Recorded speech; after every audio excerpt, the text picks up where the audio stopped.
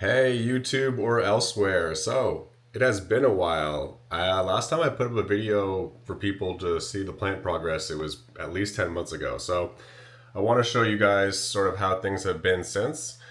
And I'll give you just an indoor tour at the moment, and then maybe I'll even bring these plants outdoors later. It is a little bit of work to do that, but I kind of want to bring them outside actually for a day anyway. So, I'll show you what's going on now.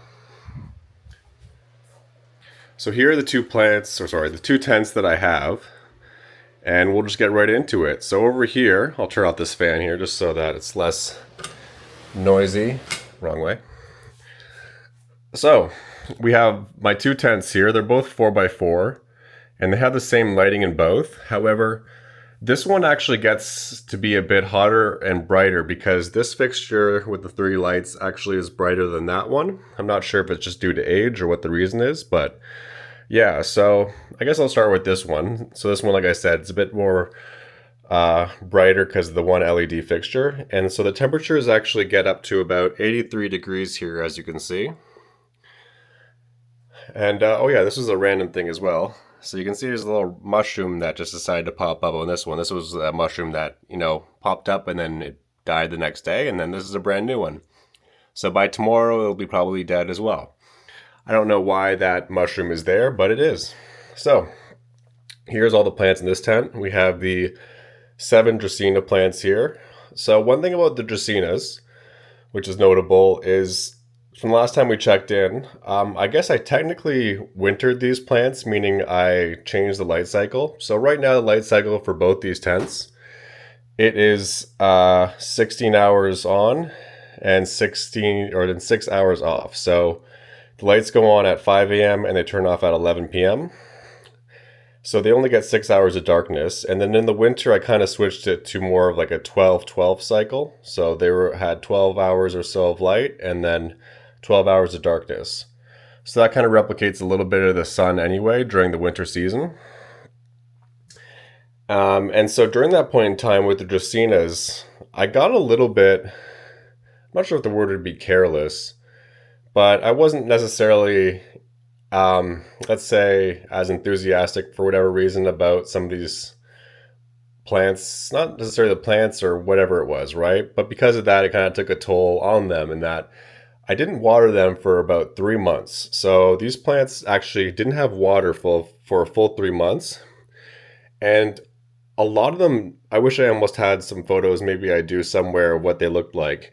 But they were completely brown at these edges here. This one was probably the best example in some ways of maybe what it would have looked like. But after watering them and putting them into slightly larger containers, they've now become a lush green again. Even areas like this used to be more of a brown leaf here, and it just came right back to green. So that's kind of cool too, because at first it was only the middle part here that showed that they were still green and still alive. But now it's actually the whole plant has returned back to that color. So yeah, I basically revived them from a dormancy or whatnot, which is nice. So they're back, they're happy, they're doing good. I do wonder if being in a smaller container, if that affects the trunk size as well, because I kind of happen to think that that might be how it works too. Anyway, but these Dracaenas are all looking good, which is great. Then we have the Boswellia plants, so let's just jump right into that now. So we have on the left here, this is the Boswellia Sacra. So it has, again, the mushroom that's just growing out. And so with the Boswellia as well, I think I maybe have watered them a little bit more than the Dracaenas at that point in time, but I still was a little bit, I don't know, not maybe neglectful or however you'd put it. And so it did lose all of its leaves at one point. So all of the leaves here were actually gone except for, I guess, one part at the end, which still had some of its leaves. And since watering now, you can see all of the leaves are returned all along the stem, and it's starting to even have more new growth here at the end. Same thing with the Socotrana here. So this is a Socotrana Boswellia, and so is this one. I believe that they have differences in the way that these ones grow, actually, even though they're both Socotrana Boswellias. These ones have always been a little bit, I don't know. They took a while to even get out of dormancy when I first had it, especially this one. This one you can see it's nicely kind of reviving again here too. Like we've got new growth on the stem, and then even at the end here it's starting to have a nice little fan. This one I don't even really see anything at the end, but what's promising is down here. You can tell that this is a nice sign that it's actually still alive and growing. I did overwater this one too much just recently, so I just ended up emptying the drip tray because I overdid it. But these do drink a good amount of water. I definitely, giving them good water, and that's probably why there's even a mushroom here, because maybe it's a sign of oversaturation or a lot of saturation. It also has something to do with the soil, I believe. But okay, and then in the middle here we have the Boswellia Samhaensis. So this one is a fairly rare and unique Boswellia variety. I don't see too many people with this one, and even the website that I purchased it from, they don't have any in stock at the moment. So as you can see how many leaves it lost during the off season. I didn't even remove any of the leaves. I just kind of left them all here. So it had a ton of leaves that it shed. It got down to the point where like all the leaves basically except for the top ones were missing. And now it's kind of got a nice canopy that's returned. So I really like this one. It is a dwarf Boswellia, so it doesn't get to be very large, which I like in a sense because I don't have all that much room for all my plants. So it's nice to have some that don't get to be too large and hard to control. But I definitely like how it's looking. I like how the Boswellia has rebounded very nicely. No complaints at all whatsoever. The Socotranas, they were free. They came with, these other Boswellias. I didn't actually order them intentionally, but I do like to grow them, and so I'm not too stressed about them. And plus I have two, so, as long as one of them sort of stays healthy. The Amiro that I bought never really did well or revived itself, but I've just kind of always kept it there in hopes that one day it might return. I do have two Boswellias Amiros coming now to replace those because there was a good deal on the website that I purchased it from, the Hodgeny succulents. And hopefully I'll get a third one too because they did say that they would also give me a replacement. So yeah, maybe we'll have more Boswellias just to replace, just in total now going forward. So this is that tent, and this is how everything's looking here. Now on to this tent. And again, this is very full here. Like I've kind of maximized the space. I almost have room for one more row, but these containers are a little bit too large, but they all love it in here as far as I can see. And again, the light cycle, it's on for 16 hours and it's about 80 degrees. It kind of hovers at. So this one here, it's a little bit darker. So I guess off the bat, the most noticeable one here is the Boswellia Elongata. So over the winter, it lost all of its leaves too. So it had leaves before all the way up here. Like it didn't even have any stalk before. All this was leaf. And then it went down to the point where I only had leaves at this point. And this is all the new growth that I've had since I've sort of started to water it again this season. So for the past few months that I, been doing a better job at watering everything. I did kind of also not mind it going into a winterized period just because, as you can see, it's getting to be pretty tall. I even had to raise the light fixture again here. So I have these 3 lights here, and then I have 1 light above here. It's not even at full brightness just because I feel like at full brightness, well, I'm not really going to do it just because I kind of want to make sure I keep it at the same one, but it is getting to be pretty close to the top of the canopy or the plant here. See the distance between it? And it's also getting some additional light from this fixture too, which is nice. But yeah, at a certain point, I have to find a plan for this one. What I think I'm going to have to do is just move it to the one place in my house, which is like a stairwell or somewhere in the top floor upstairs, just to give it more room. Because height-wise, just to give you an example, I'm 6 feet tall. And so here's what it's like compared to me right now. So it's going to be a pretty tall guy. But I really love this plant, how it looks. I think it'll be a really nice tree, but it'll get to be maybe even like 20 feet tall someday. So, what am I going to do? All right, then we have the other Dracaenas here. So these are the remaining ones. So this is the oldest one I have. Well, technically this one and this one are the oldest. I got them at the exact same time, but I did a better job at potting this one than I did that one. So this one didn't grow as quickly at first. And this one has a nice large base as well. It also, again, they went into dormancy and became completely brown, even down here and everywhere. And now it's nice lush green all throughout, which is great to see. So this is the oldest one, and then the other ones, they all came all together. I think I had 12 in total that were new. This one actually never went brown, so I'm not sure why that was. This one always stayed green throughout the whole time, but you can see at this point in time it even looks different than the other ones. So I'm not sure if it was just smaller than the rest, so it always had more water available in the soil, or what the case was. And yeah, this one is actually the same age as this one, but potting wise, I didn't do a good job at first, so it got to be a bit delayed. I'm wondering though, again, like I was saying at first at the start of this video, how the size of the container I think impacts the size of the trunk also, which, you know, I guess it makes sense when you think about it in some ways. If you have a larger container, it wants to grow larger. Because see, if you look at how big this one is at this base, if you can kind of tell, it's hard to really gauge scale in some ways. And then this one just doesn't seem like it's going to be quite as large, but you know what? Who knows? It's also a little bit delayed in its growth as well. So maybe it'll grow into a larger trunk, but that's how it's going. So just a quick recap again here. These are all the Dracaenas. We have the Elongata. So the Elongata, again, I got this one at the exact same time as I got the Samhaensis Boswellia. So that's just the difference in how they've been growing. You can tell this one here how much smaller it is, and how it even branched out on its own into 4 or 5 different, stems here, versus the other one just always kept its one stem and it just grows up like this. And yeah, I really love the leaves in this one too. It is a really nice plant. I do like it a lot. It's nice to have a big Boswellia plant here too. I do really like the Sacra as well. I just have a little bit more of a affinity, you could say, for the Samhaensis and Elongata because they are endemic to Sacra, just like how all the Dracaenas are endemic to that island as well. So I kind of find like, they're a bit more unique and interesting to me. But the Sacra in itself is really nice. Like, I do appreciate this nice green canopy and how it's been growing.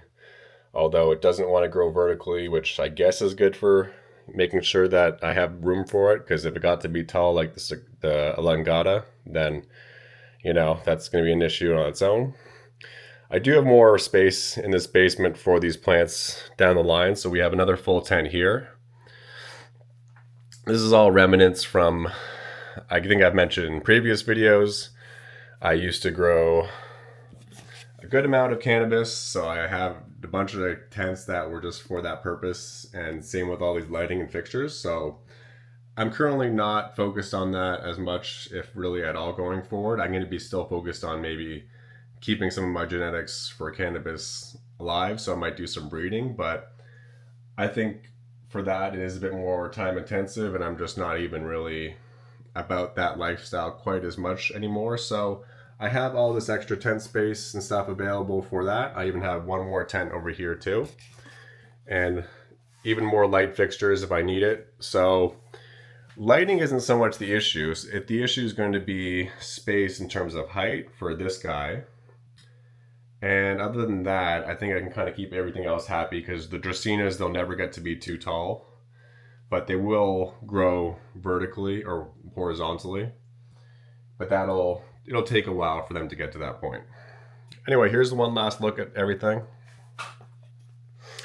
I would like to bring these outside. When you see these things outside, you actually get a better indication, in my opinion, of the scale of it all as well. Because indoors, it can be a little bit limiting in terms of being able to gauge some of that.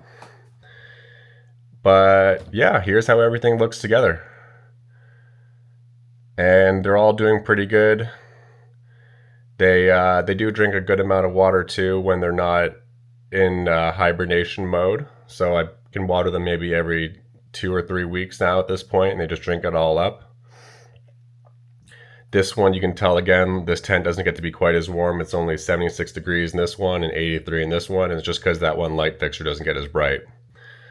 But, I save energy, so I'm not really complaining. And it doesn't seem like the Dracaenas are really complaining either. They seem to be green and happy. They just might not grow as quickly.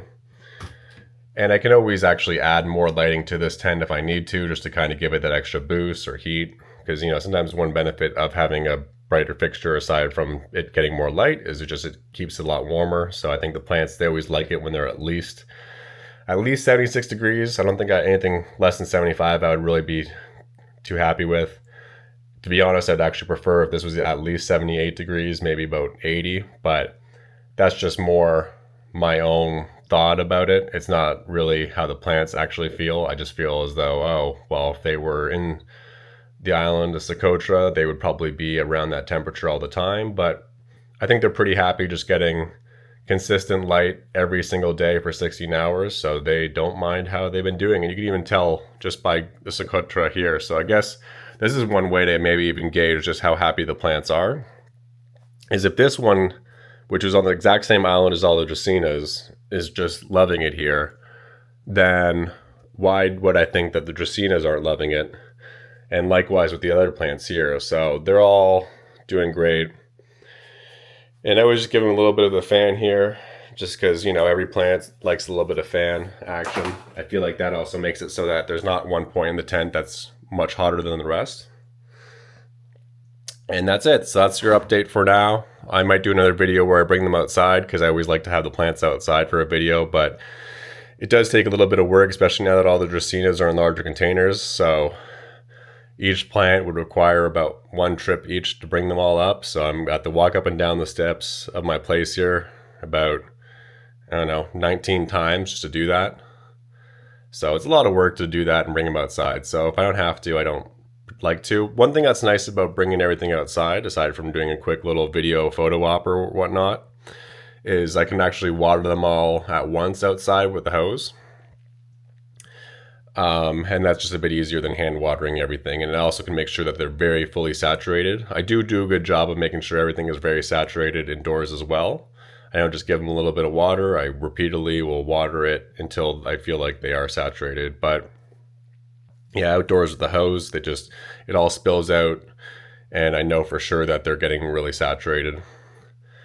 The last little thing just to mention, I guess, as well, is I repotted all the Dracaenas, so they have a bit more room just to kind of grow into, because the roots of the Dracaenas, they go right into the ground. And I was also a little bit concerned, not that I had to be, about when they did go into dormancy and they became brown. I wanted to make sure that, okay, once I watered them, that they would also have new soil and everything to kind of get more green and lush if they needed to, or whatever the reason was. I didn't repot anything else except for I repotted the one Socotra here into a slightly larger container, because they were in the same containers as these ones.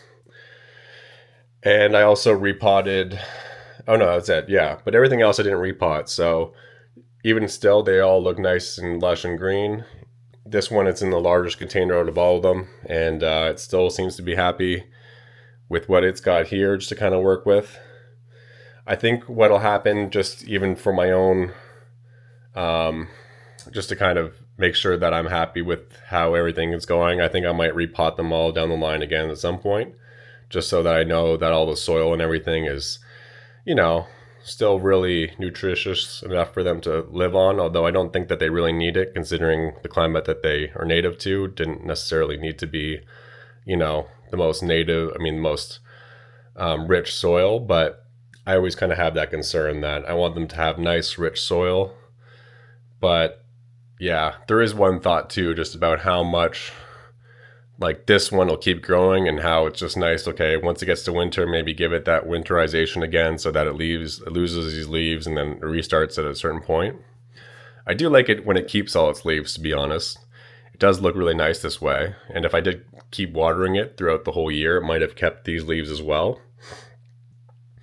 I think it's nice for the plants to have a little bit of dormancy, so that they just don't have to be in veg mode throughout the whole year. I don't know if that's natural either. So I think in some ways it's good to kind of replicate the sun and their natural climate, to where at a certain point in time, you just, give it those 12 hours of light, maybe even, reduce the watering so that they dry out a lot or something, and just kind of give it a bit of a breather. But who knows, you could probably keep watering it and have it be vegging the whole time and stuff. But yeah, overall, I'm really happy with how everything has been. None of the Boswellias have, as you can tell, suffered in any way in that time period. The Dracaenas are all looking amazing, despite the fact that I literally didn't water them for about 3 months at one point, and they just got to be completely brown except for the middle part. I think the Boswellia, just to be safe, I maybe watered them at least once a month during the off season. Maybe at least, maybe if at most I waited 2 full months to water or something because it got to be that bad. But I should have maybe documented that. But anyhow, what's nice is they regained all their leaves and they're all really happy at this point in time too. So I think that was the best scenario. And yeah, you could just see how much leaves this guy lost too. Like this is all leaves that drooped down and fell. Yeah, this one again, it had leaves all throughout, but now it only has leaves at the base. I'm really actually excited about the Dracaenas because I'd like to see them progress over time too. I will probably even repot a couple of them into larger containers too. Like this one, I might even repot into a container that's this size, so it gets to be even larger. And then some of these other ones I might upgrade as well. But then again, I do like it so that at this point in time, I only need to have these 2 tents going just for energy reasons. And, they still grow in the size of containers that they have. I've seen people even in smaller containers than these ones. So I always kind of overdo it with the container size because I feel as though as much as people know that they can grow in less of a medium, I find that plants, ideally, if they could, they would always love to have as much space as possible for their roots. And Dracaenas get to be really root bound. I find the Boswellias actually don't seem to get quite as root bound from when I repotted them. I remember repotting this one at one point, or whether it was a Samhaensis. And yeah, I mean, maybe the roots had reached the bottom, but not to the extent that these ones do, where you see the bottom and they're just fully, they reach it like right away and they wrap around. The Boswellias, they kind of have like more of like a hairline type of root structure, and they don't quite dominate the containers the exact same way. Like they do, but they will get to the bottom, but it won't be the point where you feel like it's as root bound as the Dracaenas do. On the other hand, the Dracaenas, they don't feel like they have deciduous leaves or anything, right? So you almost don't feel like they actually care as much if they get root bound. And I've even heard that said before. I think it was that YouTuber who I followed before. I think it was Todd's Tropicals, saying he actually doesn't think that or no, it wasn't Todd's Tropicals. It was a different YouTuber who's been growing Dracaenas for like 50 years. He says that they actually kind of like being root bound when he did his bonsai experiments.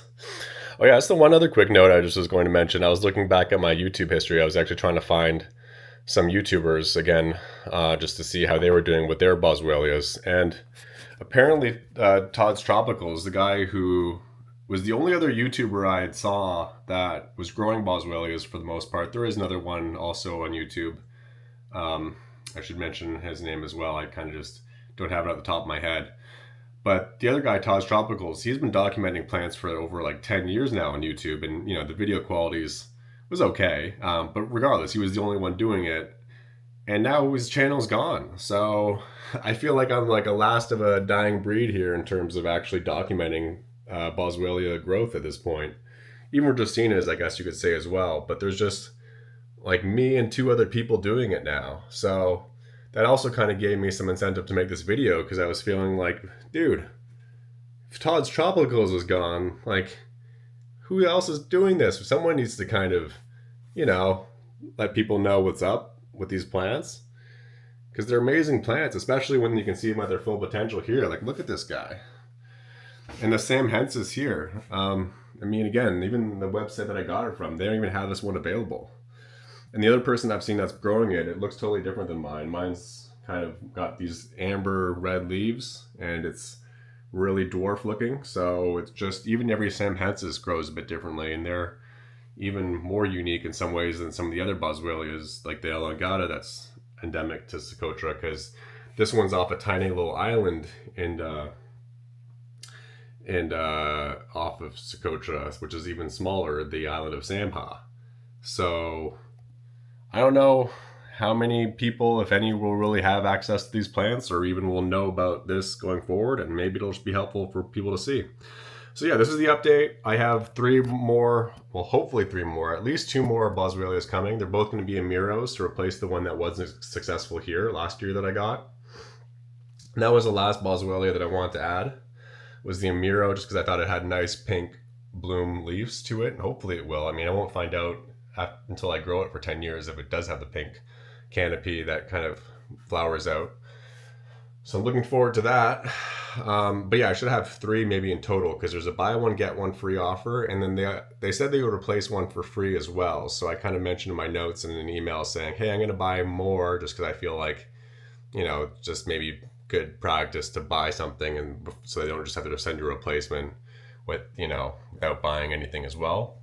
So hopefully I get 3, and that's also comforting to me as well, because like I said, the one that I grew was unsuccessful. So if I have 3, I can probably be successful, because all the other Boswellias I grew did fine, as you can see. Even the Socotrana one, which this one, yeah, if anyone's having trouble with the Socotrana, I feel like everyone does, because it doesn't bloom until like how many months after you pot it. Like I think I grew it for at least 3 months and I didn't see anything, and then one day it's like, here's a leaf, and I'm thinking, finally. So yeah, and I think that's due to temperature or something, I don't know. But the other ones, like the Sacra, the Elongata, and the Samhaensis, they all were okay. So I want to get the Amiros going, and that'll be my last of it, because I can't have too many plants. I already have 14 Dracaenas. So after I have the 2 Amiros or 3 Amiros, that'll bring my Boswellia count up to, I guess with these 5 here, that'll make it 9 in total. Well, 9, my math is bad. 8. Yeah. Okay, well, that's the end of the video. You guys see the update here. Again, I might do a video outdoors, and that'll be that. So that's it. That's where we're at this point in time here. I guess, again, just to give one last recap of everything here. So the age of everything. So these Dracaenas I've been growing for 1 year now. So these ones they all came in last year. The Sacra, it's been 1 year as well. The Samhaensis I got along the same time I got the Elongata. And so I've had these for just over a year, maybe like a year and 3 months or so. I can always go back. If you go back to my videos on YouTube, you can see the exact date when I was sort of starting everything. And yeah, the one Socotrana came at the exact same time as the Samhaensis and the Elongata. So that one here, but it just took forever to actually leaf out. It probably leafed out around the same time this one did, and this one, I guess for whatever reason, leafed out sooner. And yeah, so this one came at the same time as the Sacra, and that's what we're at. So all the Dracaenas, they're all a year old, except for these 2. These ones are 2 years old now. So this one is in its 2nd year now, almost exactly. And this one's also 2 years. Technically, I guess this is like 3 years old or 4 years old, because when I got them, they were already a year or 2 old, but they were tiny. They were not at all the size that they are. So in my possession, again, they're about 2 years old, and same thing with the Boswellias. Technically, these ones, before I got them, were about 2 years old, so maybe they're now 3 years old. But as far as when I had them and they were tiny little things, that's what I'm kind of giving the year from. Okay, last look, and now we're done. And yeah, the height of everything here, these are about, I don't know, 7 foot tall. Not 7 foot, no. Just over 6 foot tall, the tent size. And 4 by 4, so, well, actually, these are 40 inches by 40 inches, the size of the tent.